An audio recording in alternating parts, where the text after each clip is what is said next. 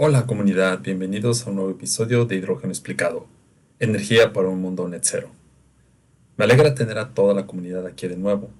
Y solo para recordar, en el episodio anterior se habló de los electrolizadores como aquellos equipos que usan electricidad para producir hidrógeno a partir del agua.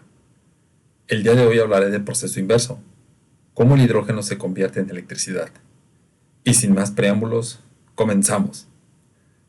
De manera sencilla puedo comentar que una celda de combustible toma hidrógeno y produce electricidad. Mismos principios electroquímicos, mismos componentes básicos, membrana, electrodos y stack, pero operando ahora en sentido contrario.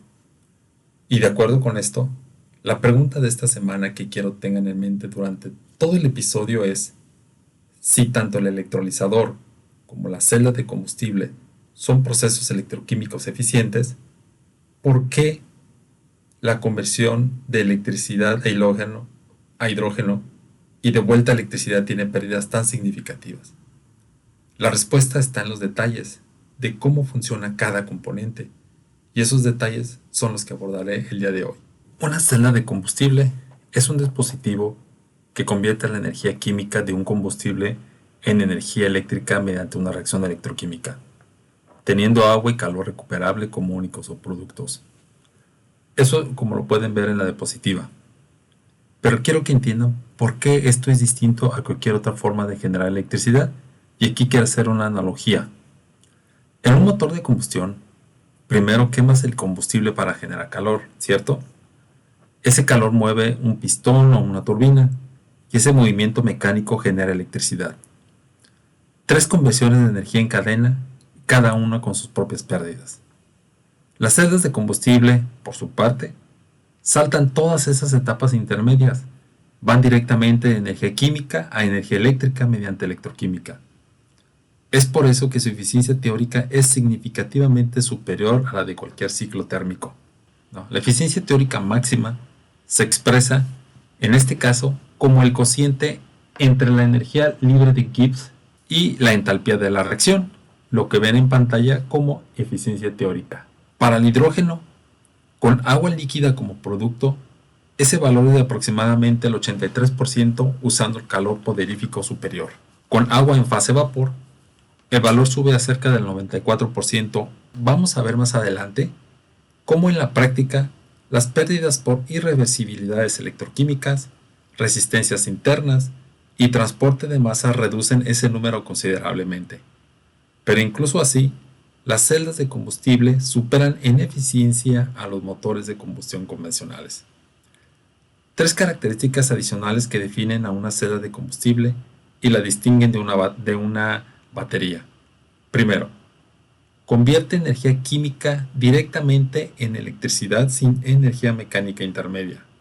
Es silenciosa, sin partes móviles en el núcleo del sistema. Segundo, no almacena energía. La celda produce electricidad mientras recibe combustible. Si dejas de alimentar, pues esta se va a detener.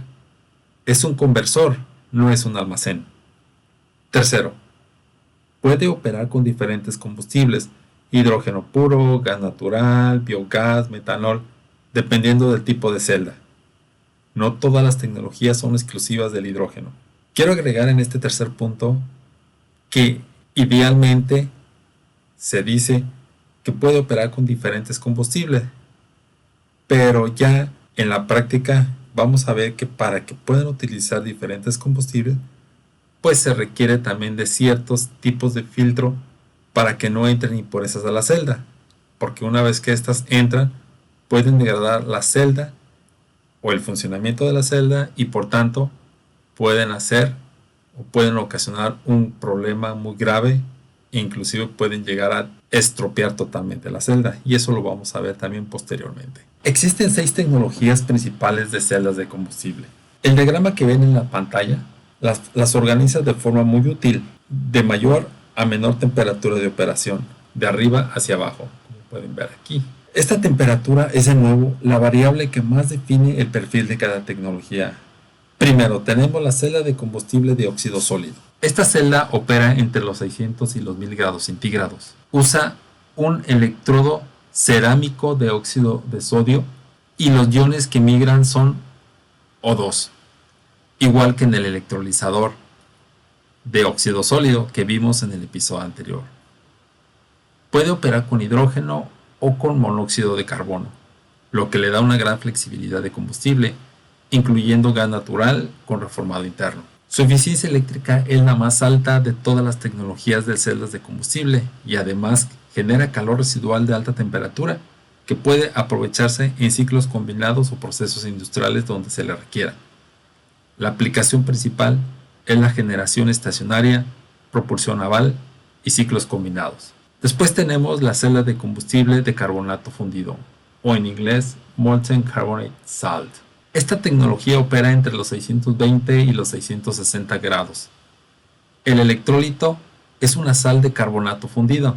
Es el ion que migra, como se puede apreciar aquí en la figura. También acepta hidrógeno y monóxido de carbono como combustible. Como la celda de combustible de óxido sólido, genera calor de alta calidad y es apta para aplicaciones estacionarias de gran escala y cogeneración industrial. Después tenemos la celda de combustible alcalina, AFC. Esta opera desde temperatura ambiente hasta los 250 grados Celsius. Aquí es importante aclarar algo, que la diapositiva muestra correctamente. Ese rango amplio que va desde temperatura ambiente hasta los 250 corresponde a versiones estándar y de alta temperatura del AFC. Las versiones comerciales más extendidas operan en el rango inferior entre los 60 y los 90 grados, mientras que las versiones de alta temperatura son objeto de desarrollo específico para aplicaciones más exigentes. El electrolito es de hidróxido de potasio, KOH, y el ion que migra es OH, igual que en el electrolizador alcalino. Después tenemos la celda de combustible de ácido fosfórico. Esta opera entre los 150 y los 220 grados. Es una de las tecnologías más maduras para aplicaciones estacionarias de media escala. Su electrolito es ácido fosfórico y los protones H migran a través de él. Es una tecnología robusta, bien probada en campo, pero con costos relativamente altos que han limitado su expansión masiva. Después está la celda de combustible de metanol directo, o DMFC. Esta tecnología opera desde temperatura ambiente hasta los 130 grados centígrados. En lugar de hidrógeno usa metanol directamente como combustible, sin necesidad de reformado previo. Esa simplicidad la hace atractiva para aplicaciones portátiles y de pequeña escala. Sin embargo, la eficiencia es inferior a las tecnologías de hidrógeno y el metanol es tóxico, lo que añade consideraciones de seguridad. Y finalmente tenemos la celda de combustible de membrana de intercambio protónico, o PEM. Opera entre los 70 y los 200 grados. Es la tecnología más relevante para transporte ligero y equipos portátiles. El electrolito es una membrana polimérica sólida, la misma lógica que en el electrolizador PEM, ¿recuerdan? Y los protones H migran a través de ella. Arranca rápido, responde bien a cambios de carga, tiene alta densidad de potencia y produce solo agua como subproducto en el cátodo. Es la celda que equipan los vehículos de pila de combustible como el Toyota Mirai y el Hyundai Nexo. Ahora que conocemos las tecnologías, necesitamos entender cómo se comporta una celda de combustible cuando realmente opera bajo carga. Y la herramienta que describe ese comportamiento es la curva corriente contra voltaje, la curva de potencial en función de la densidad de corriente. Lo que se ve en la gráfica son dos curvas. Primero, tenemos la curva ideal, esta línea discontinua que aparece. El voltaje teórico es de alrededor de 1,229 voltios y la curva real está en verde, esta curva que baja aquí, que es la que efectivamente mide cualquier celda de combustible en operación. La diferencia entre ambas, lo que aparece marcado como pérdida total de voltaje, es la suma de todas las pérdidas que ocurren dentro de la celda. Esas pérdidas tienen un nombre técnico, sobrepotenciales o pérdidas por polarización. Y la diapositiva identifica tres tipos, cada uno dominante en una región distinta de la curva. Vamos con la primera región, pérdidas de activación o AL dominantes, a baja densidad de corriente, o sea en esta zona. El voltaje cae bruscamente desde el valor de circuito abierto, ¿ven? Esta caída inicial se debe a las pérdidas de activación, es decir, es la energía que debe superarse para que la reacción electroquímica arranque en la superficie del catalizador. Es esencialmente la barrera cinética de la reacción. A mayor temperatura de operación, menor es esta barrera. Por eso las celdas de alta temperatura, como la de óxido sólido, tienen menor pérdida de activación. Antes de seguir, fíjense en algo que aparece en la gráfica y que a menudo se pasa por alto. La pequeña caída entre el voltaje teórico de 1,229 volts y el voltaje de circuito abierto real, marcado como OCP. Esa diferencia se debe a corrientes internas y fugas de gas a través de la membrana. Incluso sin corriente externa, la celda ya tiene pérdidas internas. Es una imperfección física de cualquier sistema electroquímico real. Bien, continuamos. La segunda región, que son las pérdidas óhmicas, esta que es la zona central de la curva, en ella el voltaje cae de forma aproximadamente lineal con la corriente. Aumentamos corriente y el potencial comienza a disminuir.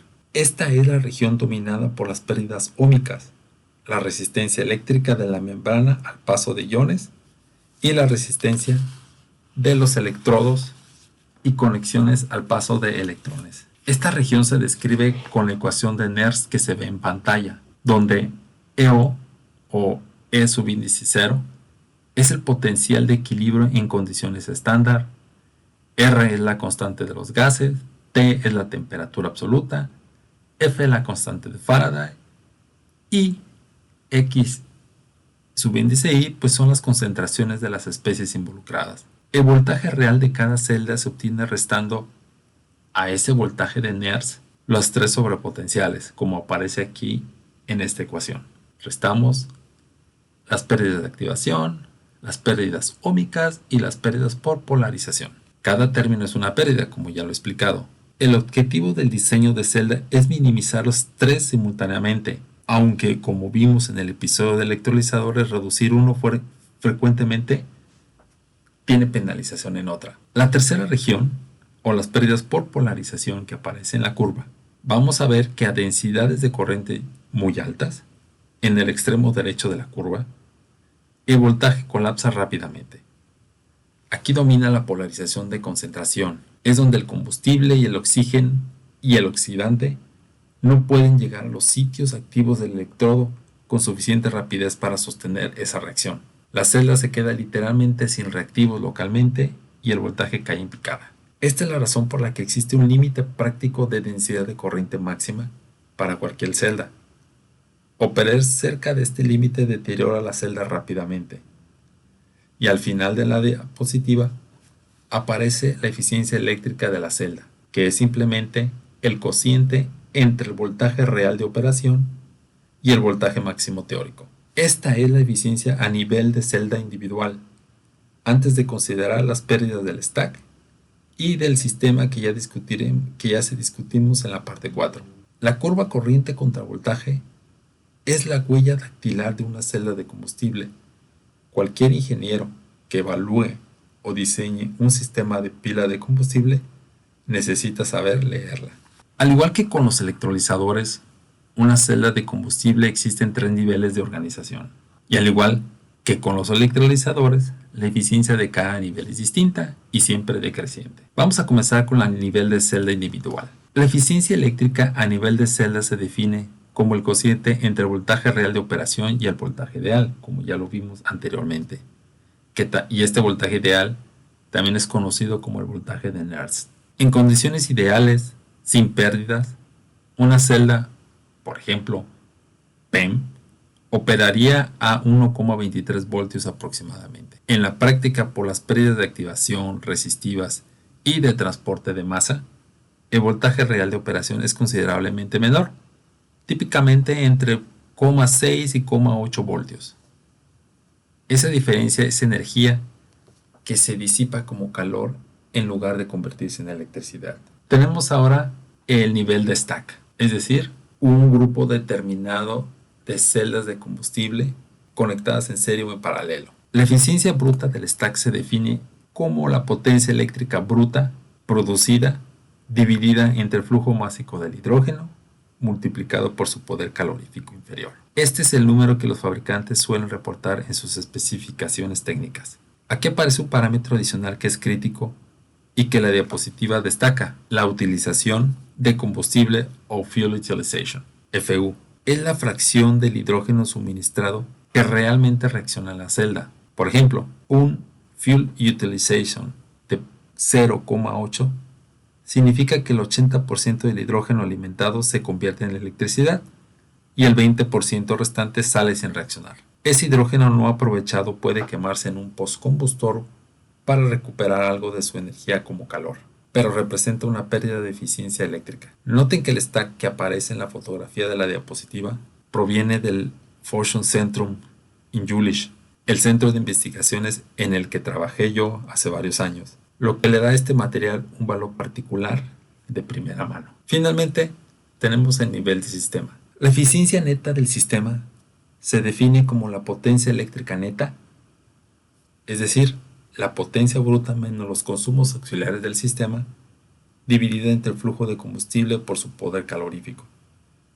Los consumos auxiliares incluyen el compresor de aire del cátodo, las bombas de refrigerante, los ventiladores, el sistema de gestión de agua y todos los controles. El diagrama de sistema que aparece en la pantalla, correspondiente a un sistema PEM, muestra exactamente eso: el stack rodeado de un compresor de aire, de un humidificador, intercambiadores de calor de alta y de baja temperatura, bombas de refrigerante y trampas de agua. Todo eso consume energía. La eficiencia neta del sistema es siempre inferior a la eficiencia bruta del stack. La conclusión práctica es la misma que con los electrolizadores.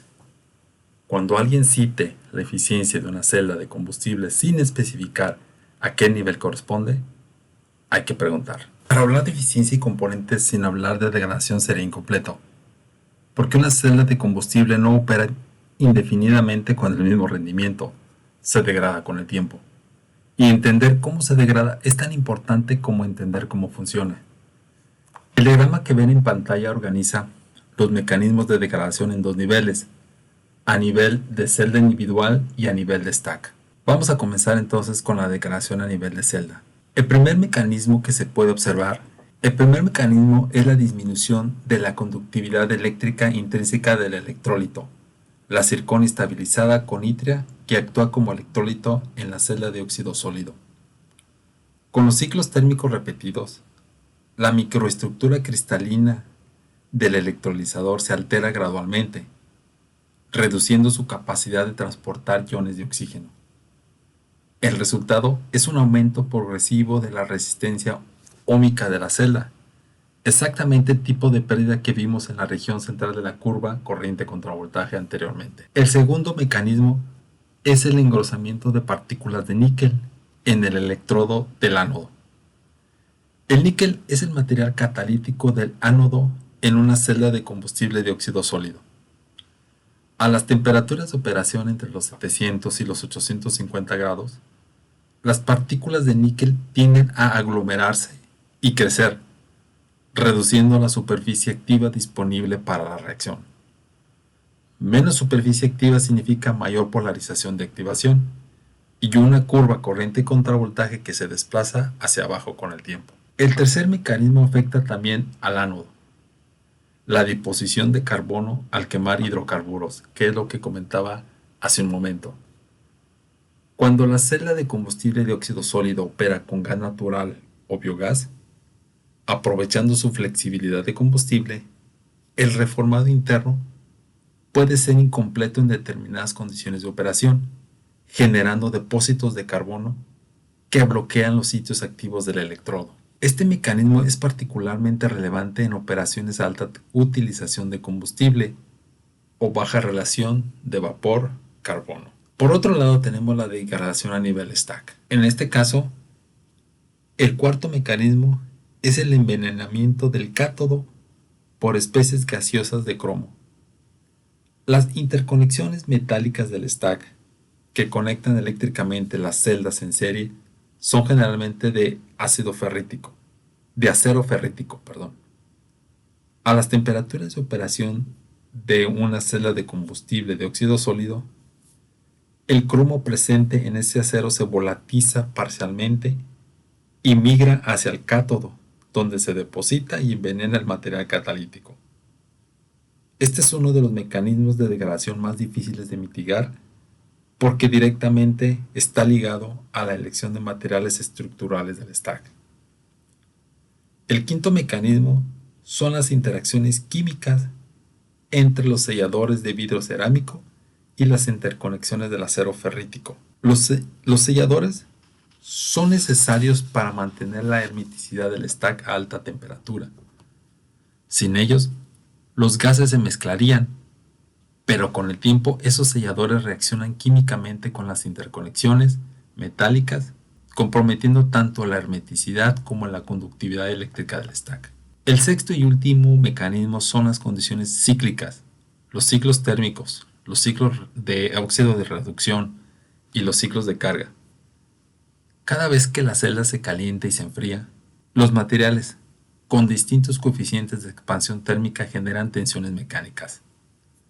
Los ciclos de óxido de reducción, alternancia entre atmósferas oxidantes y reductoras, pueden reoxidar el níquel del ánodo, provocando cambios de volumen que agrietan la estructura. Y los ciclos de carga, arranques y paradas frecuentes aceleran prácticamente todos los mecanismos anteriores. La degradación no es un problema teórico, es el principal obstáculo para el lifetime del stack que mencionamos en el episodio anterior. La celda de óxido sólido tiene hoy una vida útil de menos de 20.000 horas en gran parte por estos mecanismos. Resolverlos es la condición necesaria para que esta tecnología sea competitiva a escala industrial. Y noten que aunque este diagrama se centra en una celda de óxido sólido, donde la degradación es más crítica por las altas temperaturas, en una PEM, pues esta tiene también sus propios mecanismos. Por ejemplo, disolución del iridio en el ánodo, degradación de la membrana por formación de peróxido y corrosión del soporte de carbono en el cátodo. El patrón es el mismo, mayor rendimiento inicial, mayor complejidad de los mecanismos de degradación.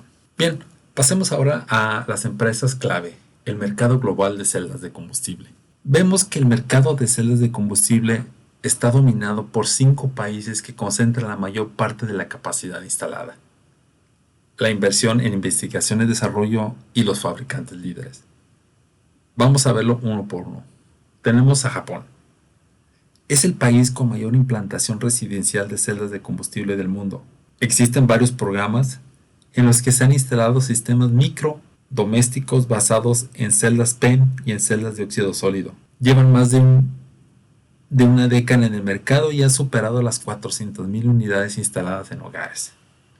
Las empresas claves son Toyota, Panasonic y Kyocera. Por ahí también está Mitsubishi Hitachi Power System, que operan en el segmento de gran escala con sistemas de óxido sólido para generación industrial. Tenemos a Corea del Sur, es el mayor mercado de generación estacionaria de gran escala. La empresa Dosan Fuel Cell domina el segmento de plantas de potencia con celdas PEM y celdas de ácido fosfórico. En 2024 tenían instaladas más de 300 megawatts de sistemas estacionarios solo en Corea. Aisin, empresas del grupo Toyota, también opera en este mercado con sistemas de cogeneración residual.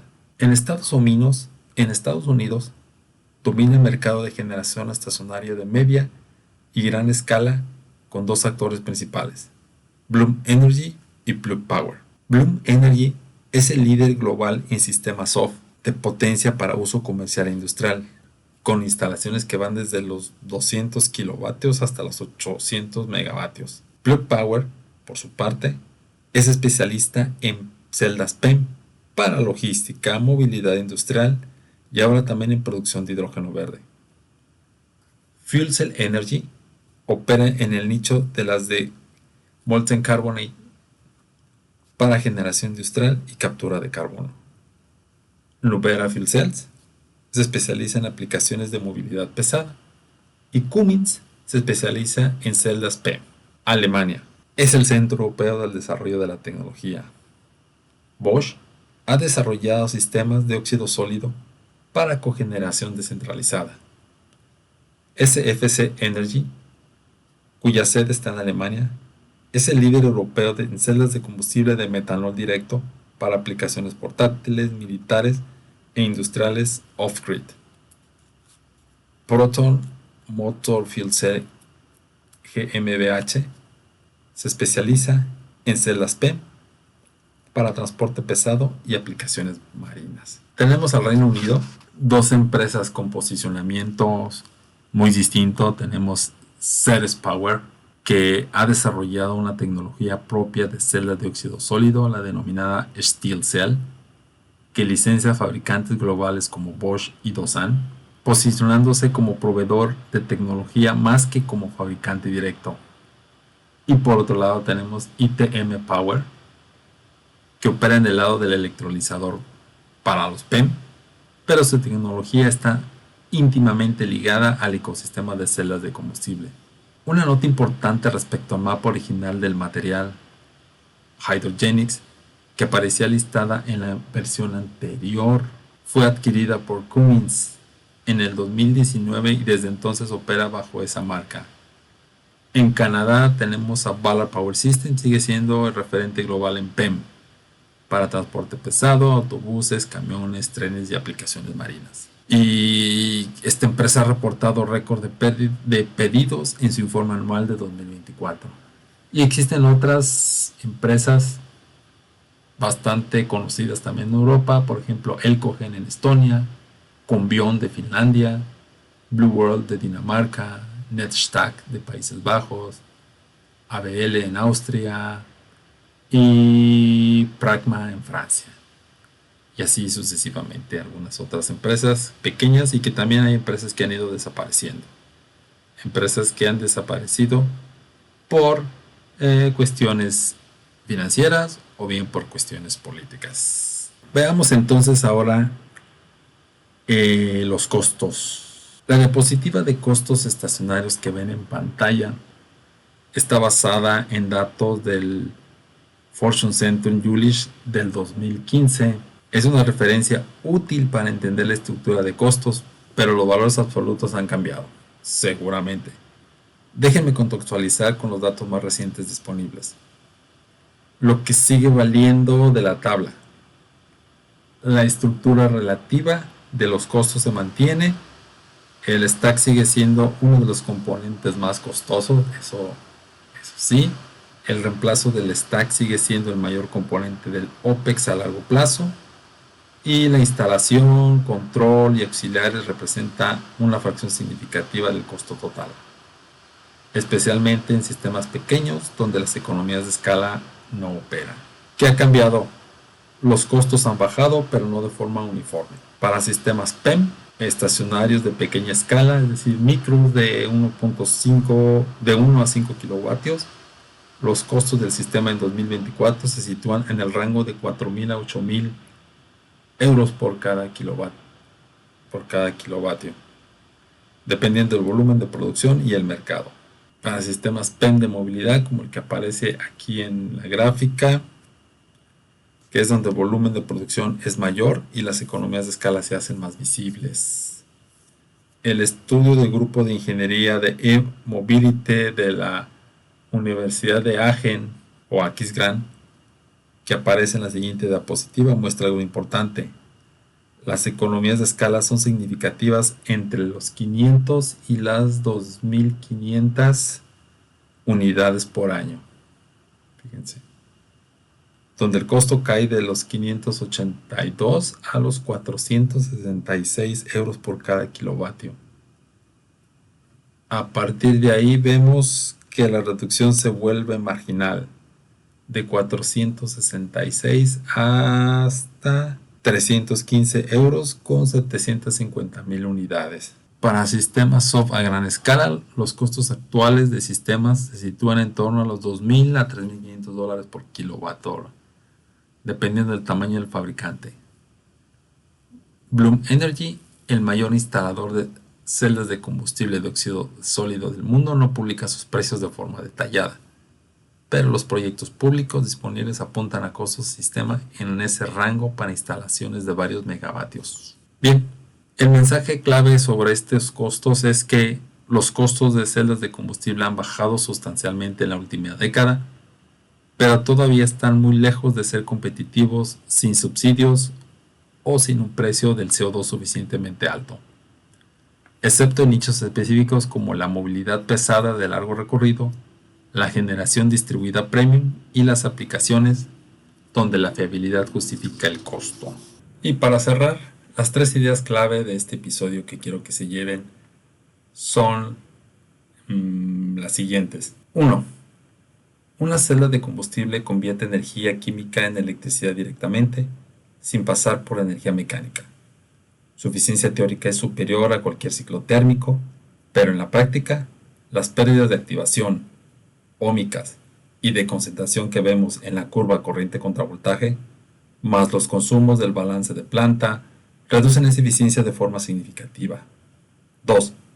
Existen 6 tecnologías de celdas de combustible, las de alta temperatura, que son las celdas de óxido sólido, y las de molten carbone, que tienen mayor eficiencia eléctrica, pero también mecanismos de degradación más complejos y costosos.